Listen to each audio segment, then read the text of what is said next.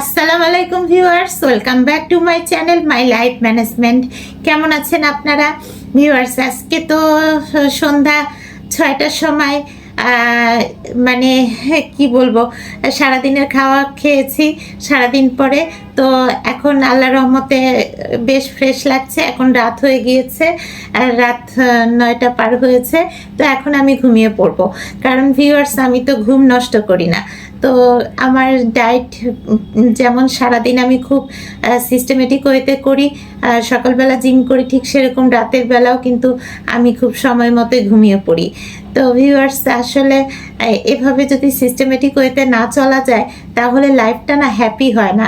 মাঝে মাঝে কোনো দিন না আমি কোনো কাজ করি না, দেখা যায় যে একটু রিল্যাক্সড মুডে চলার চেষ্টা করি, খাওয়া দাওয়াও সেরকম মানে ডায়েট আইটেমগুলো খাওয়া হয় না, একটু এদিক সেদিক খাই। সেদিনটা কিন্তু আমার খুব খারাপ যায়, কারণ সেদিন আমার মন চায় না কাজ করতে, কোনো কিছু ভালো লাগে না, কেন জানি মনটা খারাপ থাকে। তো ভিউয়ার্স ডায়েট আসলে আমার লাইফস্টাইল হয়ে গেছে। লাইফস্টাইল হয়েছে বলেই আমি ডায়েটটা খুব সুন্দরভাবে চালাতে পারতেছি, আর আপনাদেরকে আমার ডায়েট ভ্লগগুলোও শেয়ার করতে পারতেছি।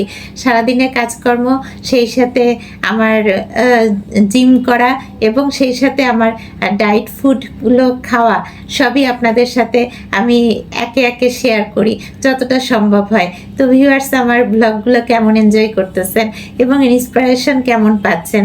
মানে যারা একটু মোটা আছেন, আমি তাদের কথা বলতেছি, যারা একটু মোটা আছেন তারা কি শুকানোর চিন্তা করতেছেন? আমাকে কিন্তু অবশ্যই কমেন্টে জানাবেন। শুকানোর চিন্তা অনেক মানুষই করে, কিন্তু কিভাবে শুরু করবে এটাই বুঝতে পারে না। তো আমিও ভিউয়ার্স প্রথম দিকে বুঝতে পারতাম না। আমি ভাবতাম যে ভাত খাবো না রুটি খাবো, রুটি ভাত যদি দুটোই বাদ দিই তাহলে আমি কি খাবো? তো মিষ্টি আইটেম খাবো, মিষ্টি আইটেম খেয়ে কি আমার সব চাহিদা পূরণ হবে? না, সব চাহিদা কখনোই পূরণ হয় না।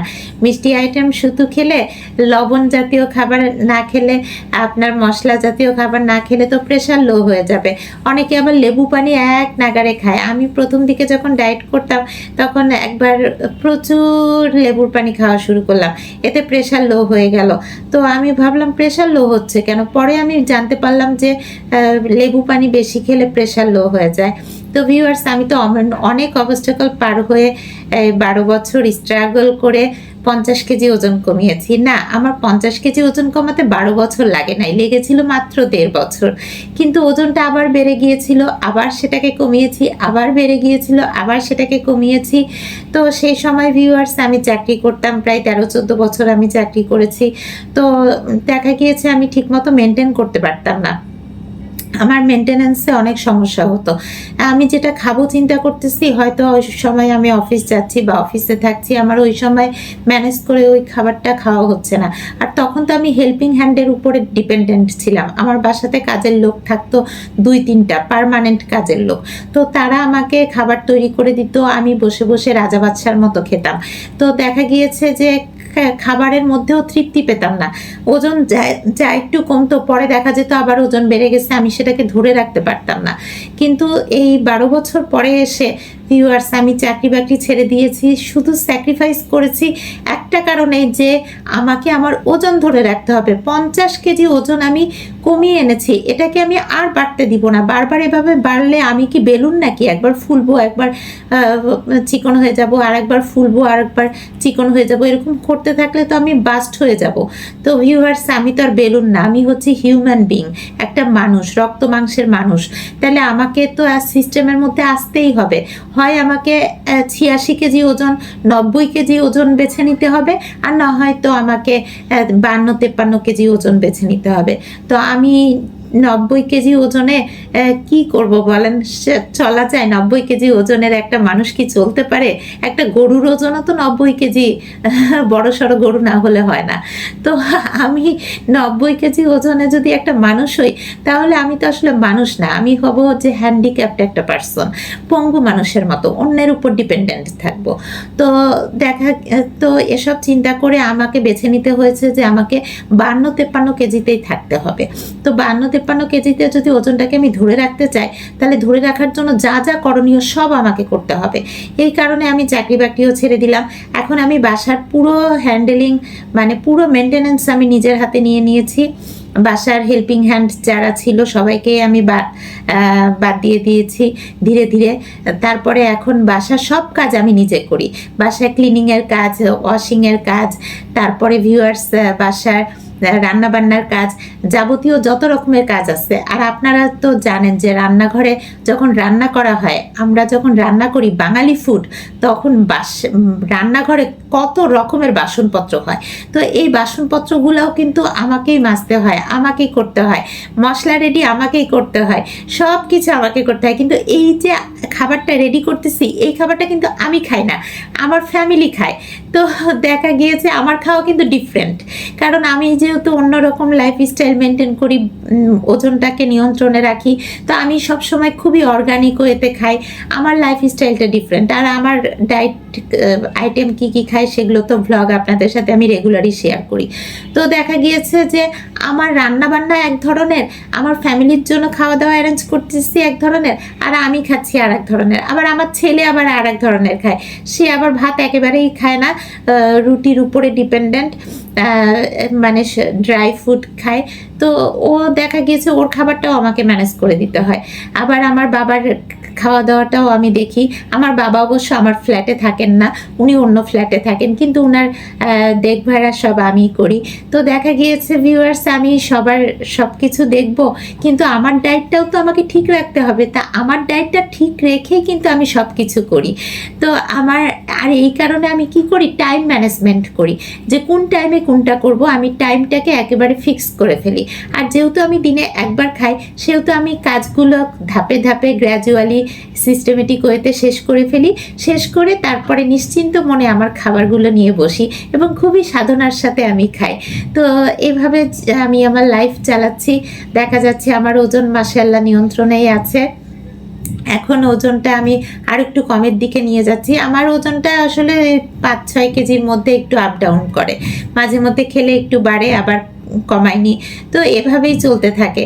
কিন্তু আমি ওই 70-80-90 কেজি হব, ওইটা এখন আর আমি কল্পনাও করতে পারি না। আপনাদেরকে যে কয়েকদিন আগে একটা ব্লগ শেয়ার করেছিলাম, বলেছিলাম যে রাতে দুঃস্বপ্ন দেখছি যে আমি অনেক মোটা হয়ে গেছি। আচ্ছা বলেন ভিউয়ার্স, আমি যদি মোটা হয়ে গেছি এরকম একটা স্বপ্ন এই 12 বছর পরে দেখি, তাহলে কি এটা মেনে নেওয়া যায়? আমার তো শরীর ঘেমে ঘুমের মধ্যে অবস্থা খারাপ। তারপর ঘুম ভেঙে দেখলাম না না না, আমি তো মোটা হই নাই, মাশাআল্লাহ আমি ঠিক আছি। তো ভিউয়ার্স, খাওয়ার দাওয়ার ইচ্ছা সবারই করে। আমারও অনেক সময় মনে হয় মুখরোচক কিছু খাবো, কিন্তু সেটার একটা টাইম টেবিল আছে।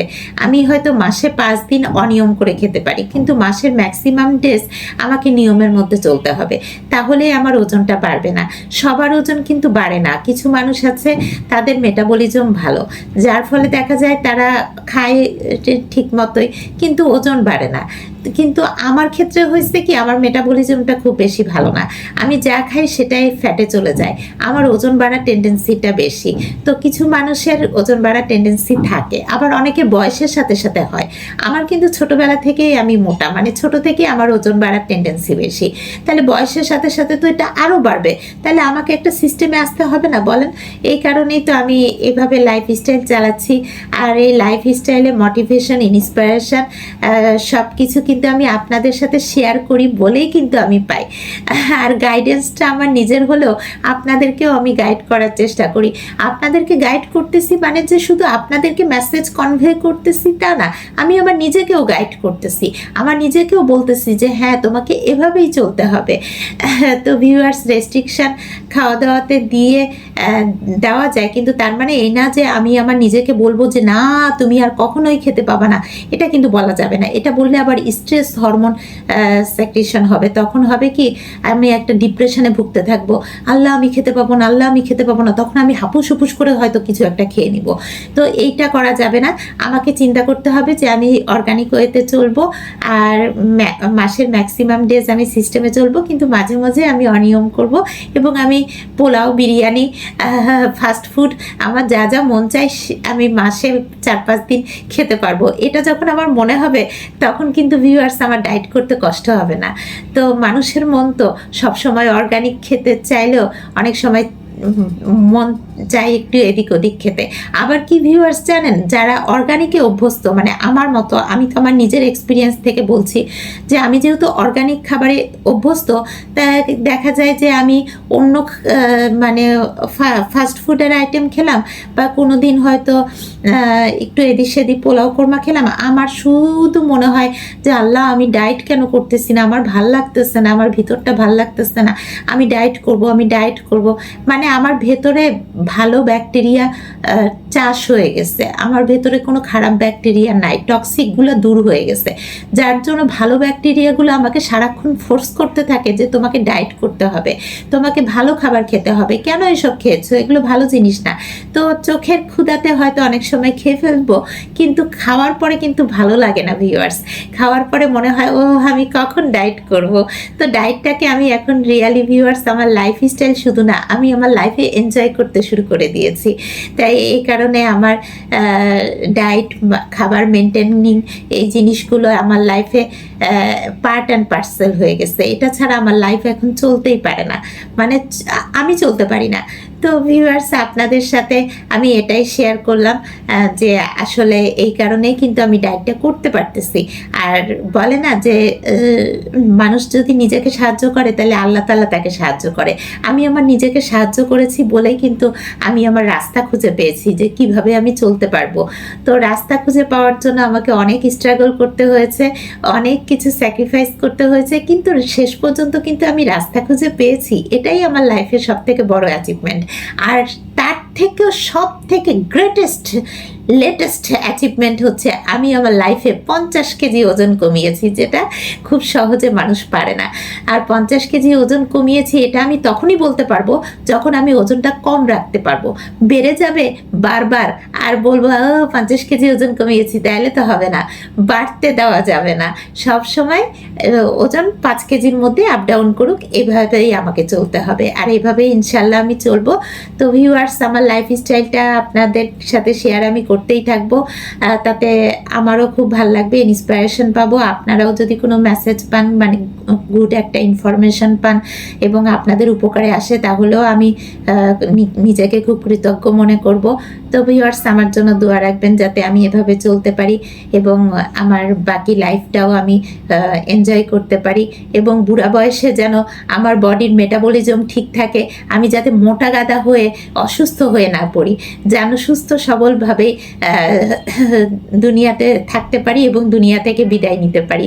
তো ভিউয়ার্স আপনাদের সকলের দোয়ায় আমার কাম্য।